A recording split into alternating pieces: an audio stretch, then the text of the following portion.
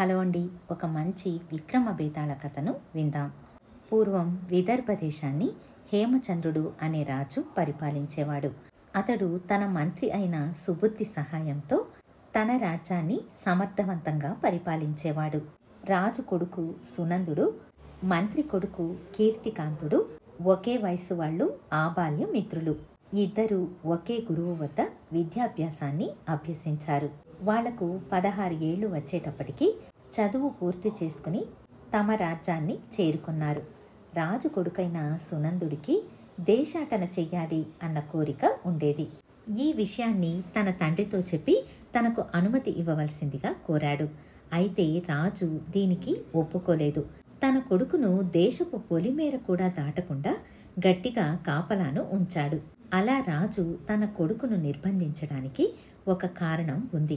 సునందుడు పసివాడుగా ఉన్నప్పుడు జాతకాన్ని జ్యోతిష్కులకు చూపించినప్పుడు ఈ కుర్రవాడికి 17 ఏళ్లు నిండే సమయంలో ఒక గండం ఉందని, అతడు రాజుగా పట్టాభిషిక్తుడు అయ్యే వరకు రాజ్యం వదిలి వెళ్ళకూడదని, ఒకవేళ అలా వెళ్ళినట్లయితే అతడికి ఈ సింహాసనం ఎప్పటికీ దక్కదని చెప్పి ఉన్నారు.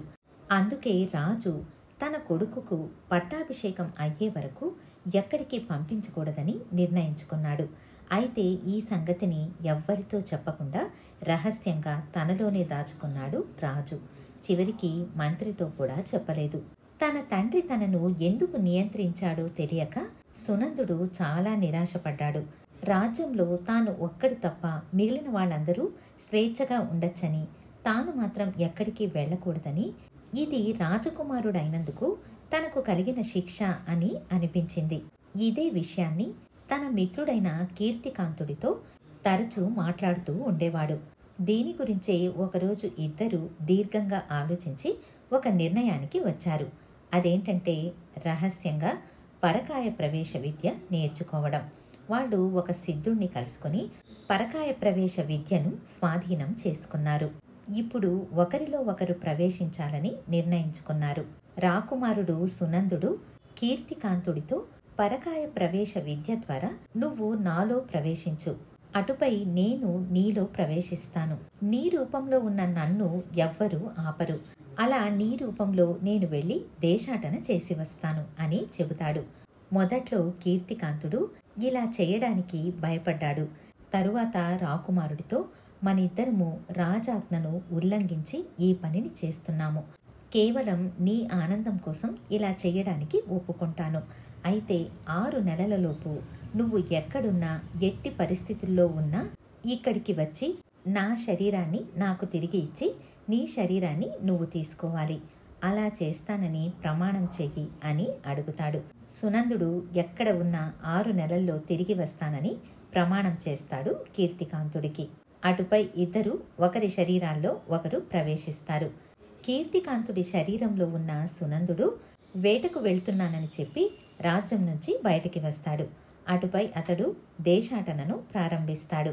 అతన్ని ఎవ్వరూ ఆపలేదు. కీర్తికాంతుడు రాజకుమారుడి శరీరంలో అంతఃపురానికి వెళ్ళి అక్కడ తానే రాకుమారుడిలాగా నటించసాగాడు. అలా కొంతకాలం గడిచాక వేటకు వెళ్లిన తన కొడుకు తిరిగి రాలేదని మంత్రి సుబుద్ధి చాలా దిగులు పడసాగాడు.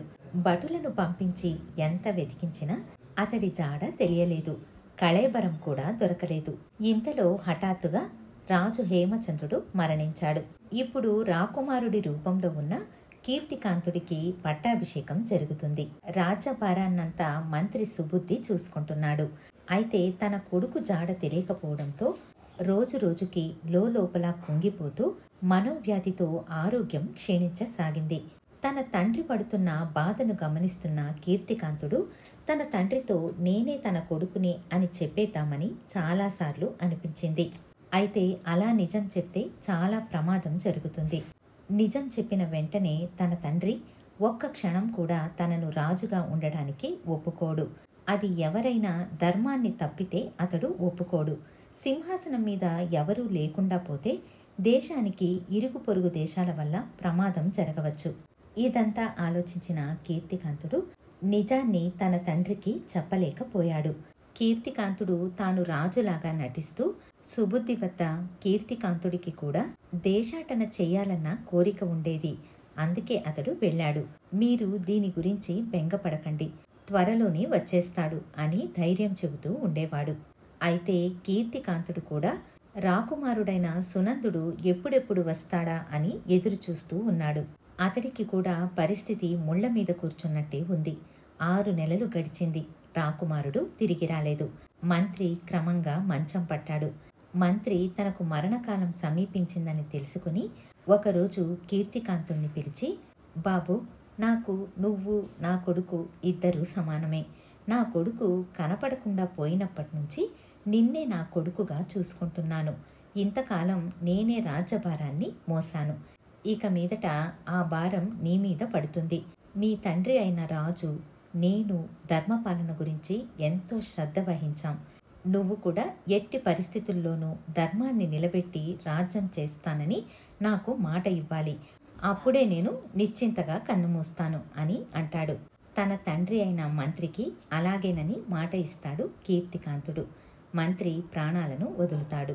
కీర్తికాంతుడు తండ్రికి చేసిన ప్రమాణాలను అక్షరాలా నిలబెట్టుకున్నాడు. రాజ్యాన్ని ఎంతో సమర్థవంతంగా సుభిక్షంగా పరిపాలించసాగాడు. 1 సంవత్సరం గడిచినా కూడా రాకుమారుడు తిరిగి రాలేదు. ఒకరోజు కీర్తికాంతుడు వేటకు బయలుదేరాడు. అడవిలో ఒక చిలుక ఎగిరి వచ్చి అతడి భుజం మీద వాలింది. దాని వింత ప్రవర్తనకు ఆశ్చర్యపోయాడు. అంతలో ఆ పక్షి, మిత్రమా, నన్ను గుర్తించలేదా? నేను సునందుణ్ణి. నిన్ను కలుసుకుని జరిగింది చెప్పటానికి ఇప్పటికి అవకాశం దొరికింది. నేను 6 నెలల లోపల తిరిగి వస్తానని నీకు మాట ఇచ్చాను. కానీ ప్రపంచం చూస్తున్న కొద్దీ నాకు ఇంకా చూడాలని అనిపించింది. మన రాజ్యానికి తిరిగి రావటానికి మనసు రాలేదు. మన రాజ్యంలో నిజానికి ఏముంది? ప్రపంచంలో ఎన్నో వింతలు చూశాను. ఇంతలో నాకొక ప్రమాదం జరిగింది.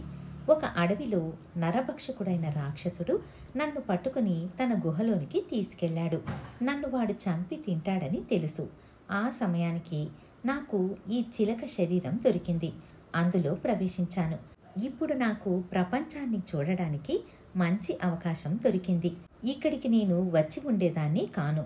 కానీ నీ శరీరం నాశనమైపోయిందని చెప్పటానికి, జరిగిన పొరపాటుకు నీకు క్షమాపణ చెప్పుకోవటానికి వచ్చాను. ఇక నాకు సెలవివ్వు అని చెప్పి చిలుక చెట్లలోనికి వెళ్ళిపోయింది. బేతాళుడు కథ చెప్పి, రాజా, కీర్తికాంతుడు తన మిత్రుడి శరీరం అతనికి ఇచ్చేసి తాను మరొక శరీరంలోనికి వెళ్ళవచ్చు కదా, అలా చెయ్యకపోవటానికి కారణం మిత్రద్రోహం కాదా? కీర్తికాంతుడు మిత్రద్రోహం చెయ్యటానికి కారణమేంటి? రాజుగా తానే కొనసాగాలి అన్న ఆశ, లేక తన మిత్రుడు తన శరీరాన్ని రాక్షసుడికి అప్పగించాడు అన్న కోపమా? ఈ ప్రశ్నలకు సమాధానం తెలిసి చెప్పకపోతే నీ తల 1000 ముక్కలవుతుంది అంటాడు. దానికి విక్రమార్కుడు, కీర్తికాంతుడికి మిత్రద్రోహం అంటగట్టడానికి ఒక్క కారణం కూడా కనపడదు.